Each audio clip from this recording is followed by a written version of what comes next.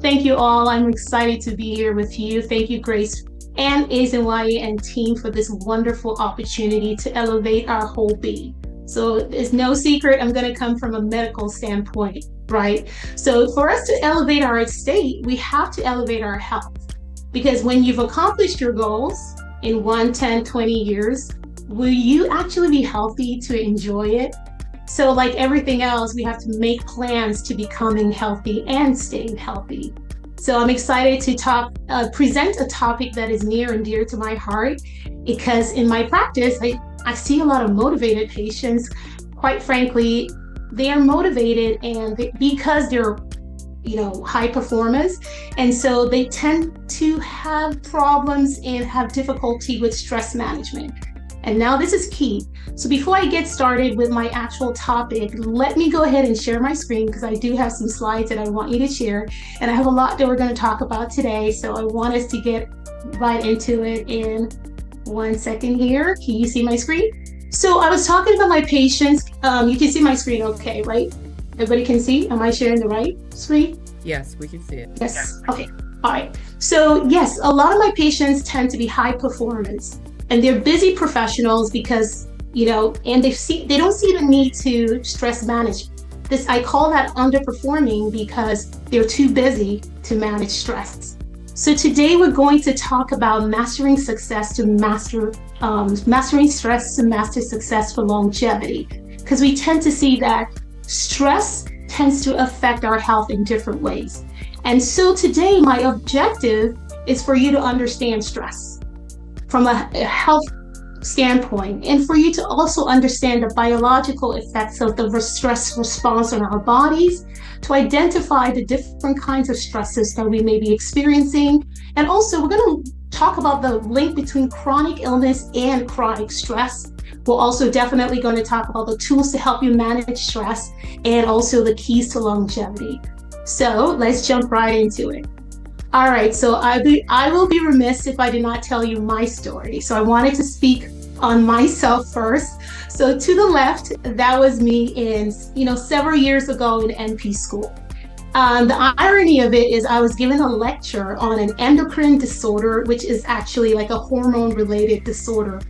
And this particular project required posting a video on YouTube for a grade.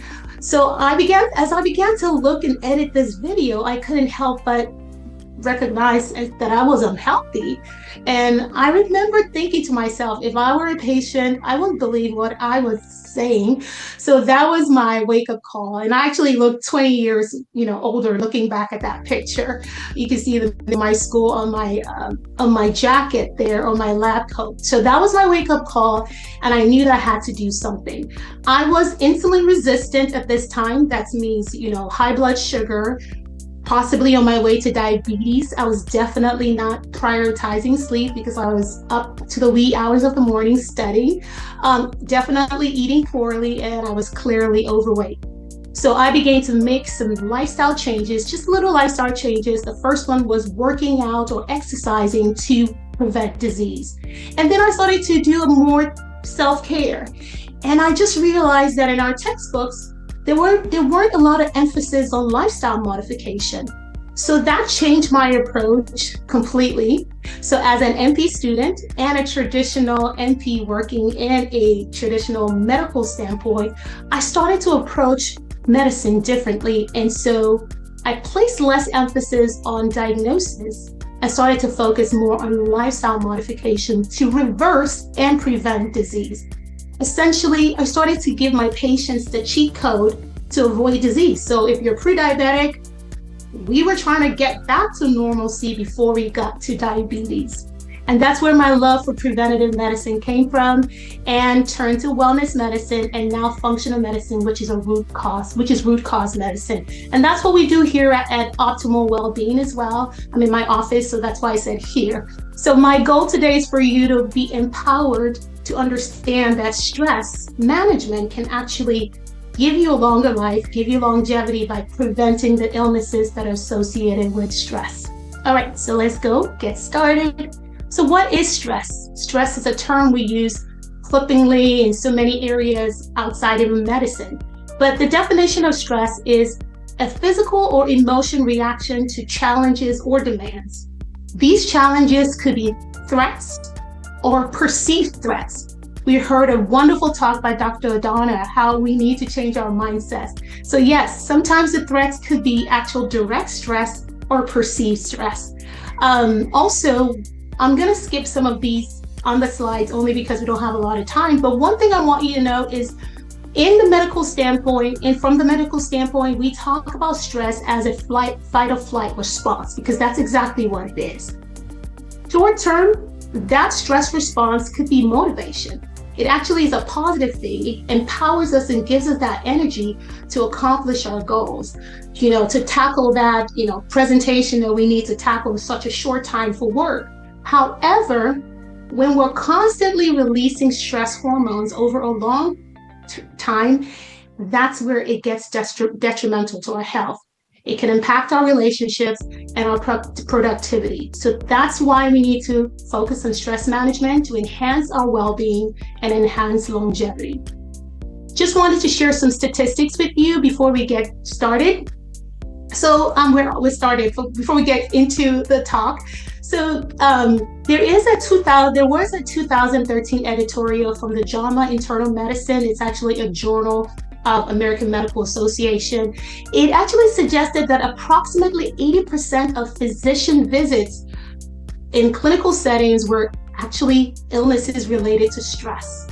And the second part was actually very telling. I found this study by CDC. It was actually conducted after the pandemic in 2021. It showed data from over 540,000 COVID-19 patients that were hospitalized, over 800 hospitals, and they found out that the number one risk factor for death was obesity. I think a lot of us heard that during COVID. But what I thought was interesting was the number two risk factor from dying from COVID was actually from stress and anxiety related disorders. Just let that sink in for a little bit. That's really telling. I know this is a very small slide, but this is the actual data. If you're on the computer, you might be able to see this better. But the first is obesity, and the second right there, it says anxiety and fear. Anxiety and fear related disorders. So that's why we're talking about this today. So stress is very important, and it's detrimental to our health. So let's talk about the biology of stress. So this is where I come in. I've noticed that in practice, once I can explain the biological ramifications of stress on the body, my patients are more motivated to change their ways. And then when they get to see the correlation of stress and cortisol levels to their condition, they're more likely to change. So let's talk about it. So we talked about stress being the fight or flight response. When this happens, the hypothalamus, the back of our brain, which is an almond-sized organ, sends a signal to the adrenal glands. Now, the adrenal glands are sitting on top of our kidneys, and their main function is to produce some hormones. Some of them are reproductive hormones, but today we're talking about stress, so we're going to talk about the main hormones, which is adrenaline and cortisol. So adrenaline is initially secreted, and then cortisol. And then after, we are supposed to manage that stress and get your relaxation response. So the goal is fight or flight, could be motivation, it's helpful, but we really want to get to relaxation response. But unfortunately, a lot of us we don't achieve that quickly. And so let's talk about how adrenaline and cortisol secretion can affect our body as a whole. So adrenaline is responsible for that increase in your heart rate, faster breathing, heightened alertness. For instance, if you're chased by a tiger, you really want your adrenaline kicking in, right? Because it's life-saving and God designed it that way. Now, the second hormone that's secreted, which tends to be the primary hormone, is your cortisol. And that is responsible for increasing blood sugar. And why? Because we need blood glucose to our brain for alertness. Quick thinking, right? We need blood glucose to our muscles to help us jump over that fence, right? That we never thought we could jump over, right? But however, one thing people don't understand, and I let my clients or my patients, because you're not sick, I call my patients clients. What I tell my clients is, it also shuts down bodily functions that are not helpful during stress. So at that moment, you're not thinking about what you're going to eat, right? So your digestion slows. So just let that sink in. So this is why we're not supposed to be chronically stressed. Now, it's beneficial. However, there needs to be some reprieve. We talked about that briefly, short-term, the long-term effects. Now, everything in the body is about balance. When we're talking about the nervous system, we're talking about the balance between sympathetic, which is stress, that's the sympathetic nervous system, and the parasympathetic system, which is the calming system. This is a picture depicting, if you can see, just a visualization of how once we're stressed, there's specific hormones or signals that are sent from the hypothalamus to our adrenal glands. Those are the two yellow adrenals on our kidneys. As you can see, adrenaline increases your breathing, your heart rate, then your cortisol. What does it do? It releases glucose from the liver. So you actually have high blood sugar at the moment of stress. So let that sink in as well. So decreased digestion and high blood pressure. I get a lot of patients with high blood pressure. I've never had high blood pressure before. I don't have a history of high blood pressure, but for some reason I have high blood pressure. You have to think about moments of stress. And then you also, on the right, we have just another depiction of what stress also can do in other organs of the body. So it's not just your heart and your lungs, but you were talking about your muscles, your bladder, your digestion. We talk about your eyes. I have patients that come to the clinic, like, I have twitching. My eyes are just twitching. I'm like, that's stress. So you see here, your skin, your hands are shaking. So these are all stress related. All right, so I wanted to include this slide. I know it might be a little technical if you're not in the medical field, but this is really important. Have you ever wondered why people who are stressed often look very haggard? They just have this haggard look to them.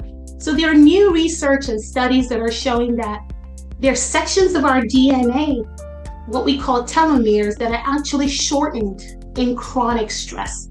These telomeres are really important for cell division, and they actually help with regeneration. So in what I do, we believe in also regenerative medicine, from exercise, stress management, cell therapy. There are different reasons, but you actually can regenerate and heal yourself if you manage stress, because you can actually accelerate aging when you don't.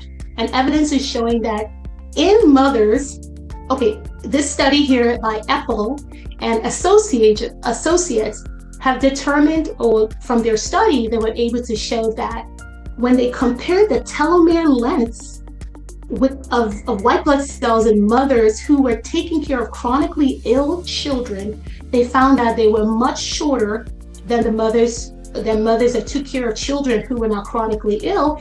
And the longer the kids or the children were ill, the shorter the telomeres were of the mothers. And they found that even sometimes the perceived, we're talking about mindset initially, the perceived threat of that illness also caused shorter telomeres. And they found that the telomeres were actually 9 to 17 years, were compared to those of people that were 9 to 17 years older. So that's really important. So so stress can actually age you. And so chronic stress, we talked about that. So what does it lead? We talked about how the short-term effects of stress can affect our organs. So we talked about the heart. What we see is cardiovascular disease in different forms. Diabetes, yes, even though you don't have a genetic propensity. Obesity, weight gain, thyroid issues. Now this one is really important. A lot of patients come to see me and they're like, hey, for some reason I've been diagnosed by thyroid disease. We do extensive thyroid panels on them, and we find that their thyroid is fine. It's just aspects of it that might be associated with stress or even nutrient deficiencies. But yes, it can affect you negatively with your thyroid as well. And then cancer, we're seeing this more and more. I don't have a lot of time, but I was watching a documentary with my husband the other day. It was the Bernie Madoff documentary about the Ponzi scheme.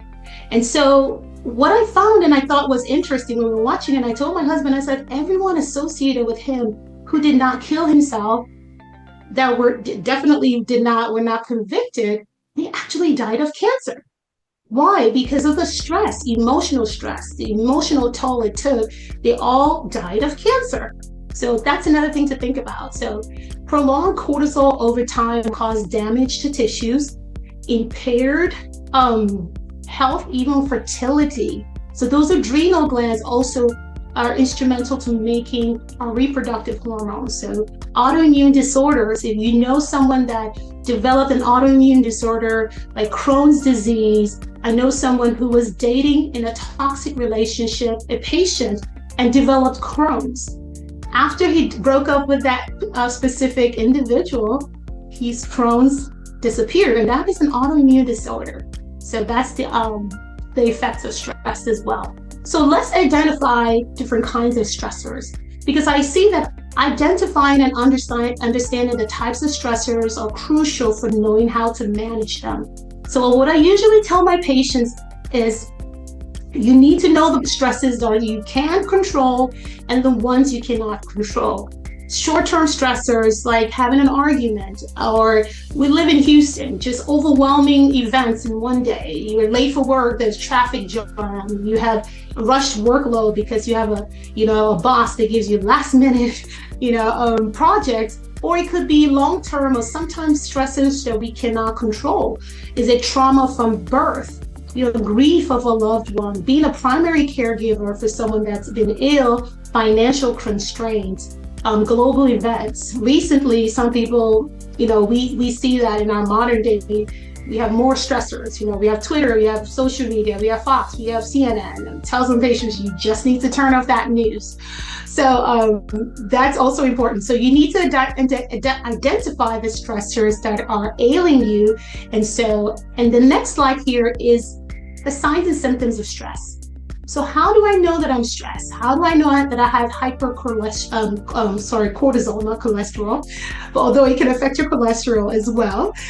Your emotions, are you easily irritable? This could be different things. This is not completely exclusive to stress, but this could be an indication as well. Frequent mood swings, lack of focus, headaches, gut disorders is very, very, we see there is a gut-brain axis that more research is telling us about. When we have inflammation in our body, it affects us in our digestive system as well, okay? So let's talk about how do we combat or monitor stress. So you might ask me, how do I know that I'm stressed? I don't feel stressed. So there's definitely some stress monitoring tools that I would recommend. Some wearables. I have one right now. It can monitor my HRV, which is your heart rate variability. I know I'm tossing a lot of things and there's a lot of terminology, but these are things we go in depth when we have our visits. But it is something, just start simple and integrate gradually so you can understand. But your resting heart rate, if you have a Fitbit, that can tell you a lot about your stress. If your resting heart rate is elevated, you might be a little bit triggered and not knowing you are, so something to look for. I usually tell my patients journaling is really important. Journaling at the moment can help you identify the stressors in real time. So if something occurred that day, you can tell, hey, this is an aspect of my life that I need to correct. Now, labs are also very important, especially for people that feel the symptoms of chronic stress. There is an AM and PM cortisol level. So that is something I know is a little bit technical, but you might need to have some comprehensive blood work that would not just check your organs, but would check your adrenal hormones. Because like I said, it affects everything else. Because if you think about it, our body is a matrix. We're not made of organs. It's a whole matrix. So every action brings about a reaction, okay? There are also tools that you can use, like stress questionnaires. We use that in a clinic setting as well. And always make sure you are getting optimal versus standard ranges. I would always go with optimal levels only because if you want to be a well-oiled machine pre-disease, you really want to use optimal ranges. I know conventional medicine uses standard ranges. A lot of people have normal cortisol. And I'm like, well, that is not normal, because if you're looking at the range, you're just at the cusp of disease with those normal ranges. So something to think about. So keys to longevity and living a longer, healthier life. So how can we manage stress? regular exercise. Most of us, we don't understand that we have to actually relax. So this is not just sitting on a couch watching TV. It's actually helping your body get into that parasympathetic state, that calming state. I know it's not easy as it sounds, but it is easy. We just have to be a conscious effort. So exercise is a powerful tool. It's a great way to reduce depression and anxiety, social connections, finding a sense of purpose. Dr. Donna talked about mindset. Once you understand your purpose, a purpose-driven life, you're less likely to be bogged down by the stressors of the day. Some of you need to engage in hobbies that you've retired when you were younger. Some of you need to laugh, maybe have 5 minutes of a comedy show. For me, practicing meditation is really important. I do it with the Word of God. As a believer, I pray. So I give God the things that I can control, and the things that I can't control, I control. So that's one of the ways. And another thing I want to talk about is supplements. So when you're stressed, you are actually deprived of nutrients. So vitamin C, vitamin D, your B complex, zinc, magnesium. Now, magnesium is an active calming supplement, and these minerals. And another thing I talk and I use in the clinic is adaptogen herbs. So adaptogenic herbs, exactly how it sounds, they help you adapt to stressors, and they've been around for 70 years, and research has proven that they are effective. Some of you might have heard of ashwagandha, rhodiola, ginseng. Those are all great stress relievers as well. This is just a picture of a longevity checklist I give my patients as just as a tool for accountability as well, to help them manage stress. So it's just telling them, make sure you're doing one of these and just progressively improve with it. I know I'm running out of time, so I'm trying to hurry here. And where are my slides? Okay. And before I get done, I just wanted to remind you that stress management is not a passive process like we just talked about. It's an active process. So just like you have to exercise to build muscle, you have to, exercise stress management. And I'm going to leave you with a quote. It says, "Therefore, do not be anxious about tomorrow, for tomorrow will be anxious for itself. Sufficient for the day, it's its own trouble." And that's God. And that's from Matthew 6:34. Here are my references. And thank you very much. This is my presentation, and thank you for the opportunity. And for those of you that want to do if you want my longevity checklist, just send me a message in the chat. I'll send you the longevity checklist. It's things that you can check off, and just to make sure that you are managing stress and making it an active tool and an active, process of your life, if that's what I'm going to say. And for those that probably want to do a consultation, for this conference, I've added a 20% coupon. So if it's something that you want to utilize, just send me a message, and I'll have a link to my website as well. Thank you, and God bless.